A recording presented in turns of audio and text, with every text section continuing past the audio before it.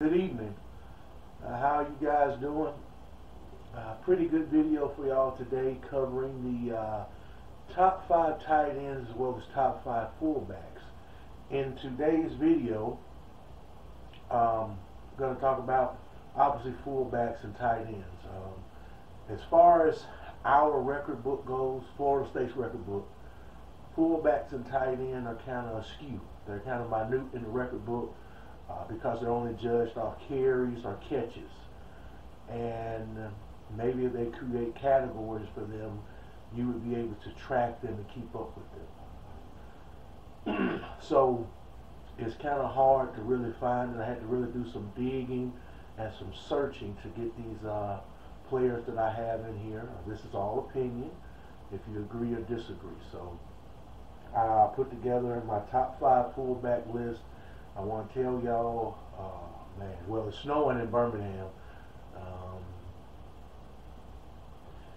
Really excited about the recruiting class. Obviously, a lot of people made some comments about Jimbo. Well, he's gone. Wish he was there, but we moved on. He's moved on. He's doing a great job at Texas A&M, and I think Mike Norvell has really shown. I'm not a fan of Mike Norvell, but he really has shown that he wants to be there. He's hit the portal. He's brought in some great freshmen, so hopefully it can translate to enough wins to keep his job. Because I think the pressure is on him. Pressure should be on that staff, because last year was a year that we really should have beat Clemson and beat Florida. So he really needs to turn the pressure up. To be honest with you, after watching the first game, I thought we'd win 9-10 games, but obviously we didn't. So I think the pressure's on this year, but I think they're going to get it done. I'm going to try to make a couple ball games. Again, if you like the channel, subscribe, comment, all that good stuff. Everybody says that, and I'm going to say it. But I'm so excited. Just February, signing day over with. I got another great video for y'all that's in post-production now, and that's the biggest recruit signed to Florida State all time. I do the top 15 biggest recruits to ever sign to Florida State University. So in today's video, I got the top 5 fullbacks. I got B.J. Dean at number 5, William McCree at number 4. At number 3, I have Freddie Stevens, James Coleman, and Lonnie Pryor. I went to Lonnie Pryor's last game, my first Florida State Bowl game. They played in Miami in the Orange Bowl. Zone read option. E.J. Manuel kept it in the fullback's gut. Lonnie had a monster game. Lonnie had a tremendous game. That's a way to go out as a senior. James Coleman really was to me, a very solid, very consistent fullback in his time in Tallahassee. And you cannot say nothing wrong with Freddie Stevens. He did make it to the NFL. Obviously, the position kind of got phased out with the adjustment of more teams going to single back, more teams going to shotgun formations or quarterback away from the center. But we see the fullback starting to come back. Everything come back in full circle. Used to be you line up with 11 men, the guy got the ball, ran right, ran left. We see that more and more. So football's just revolving.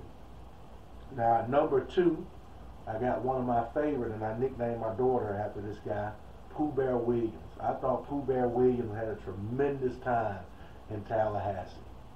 Had a tremendous time in Tallahassee. Really was a tremendous athlete, a great player, and also I had Zach Crockett. But Pooh Bear Williams at number 2. And then before we get to number 1, I want to give a shout out to Dan Kendra. Big Dan Kendra moved from quarterback, kept working out, putting on weight, and he was a top fullback, and he did very well in his time in Tallahassee as a fullback. And obviously, without further ado, we know who number 1 is, and that's going to be William Floyd. William Floyd was drafted in the first round, so he had a Super Bowl and a national championship.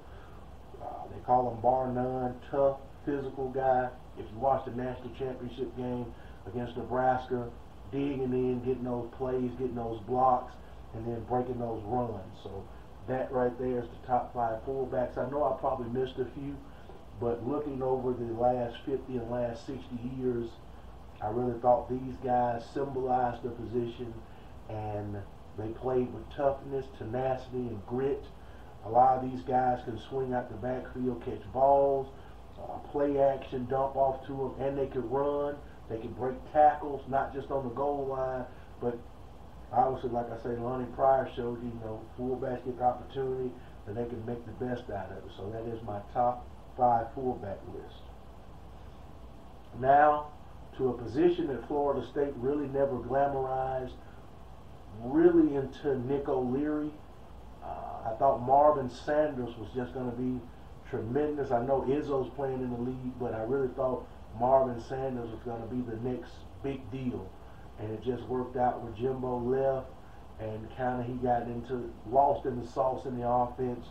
But tight end never really was a glamour position at Florida State, but now we're starting to utilize it more, and we're starting to recruit guys, because we already had talent at tight end, but we're starting to implement them, and we're starting to really use them. So at tight end, I'm going to start off with Joe Goldsmith.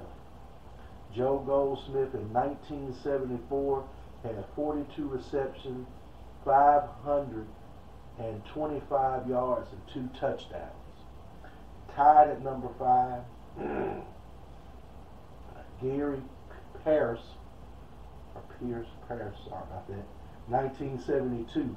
He had 49 receptions, 629 yards, and 4 touchdowns. My number 4 tight end would be Jim Tyson. In 1969, he had 49 receptions, 720 yards, and 4 touchdowns. My number 3 is going to be Ronnie Johnson. 1991, he had 22 receptions for 293 yards and 4 touchdowns. And you may say, well, why is he ranked ahead of some other guys? It's because of how he played in 1991, and he was a major contributor, and that's why I have him where I have him at. Then we get to number 2, and that's Melvin Pearson. He had 31 receptions for 326 yards in 1997 and 3 touchdowns. And at the time when he left Florida State after his senior season, he was the all-time leader in tight ends until we get to the next guy, and he is slotted twice at number 1. In 2013, on the national championship team that scored an NCAA record for Division I for most points, Nick O'Leary had 33 receptions, 555 yards, and 7 touchdowns. And he also had the tremendous play against Clemson where he just ran through a guy in Death Valley, if y'all don't remember that. So I got him there, and in his 2014 season, his last year in Tallahassee, he had 48 receptions for 618 yards and 6 touchdowns. And he's the only John Mackey Award winner. And he also was consensus All-American. So Nick O'Leary really kind of brought Florida State in that spot where they really started to say, okay, we need to utilize our tight ends more. Really, honestly, in the 60s and 70s, tight ends were a big factor. And then once the offense got going and Bobby started with the running backs, the wide receiver playmakers, tight ends kind of were an afterthought. They were used very seldom.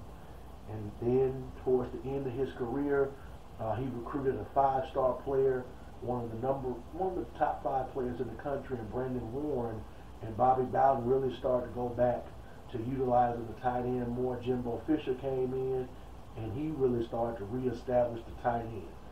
So it kind of was an afterthought position in Tallahassee, but it has been brought back, and we're starting to see tight ends become more and more prevalent in the game, because you can get an athlete on a smaller linebacker or a smaller DB or not so fast DB.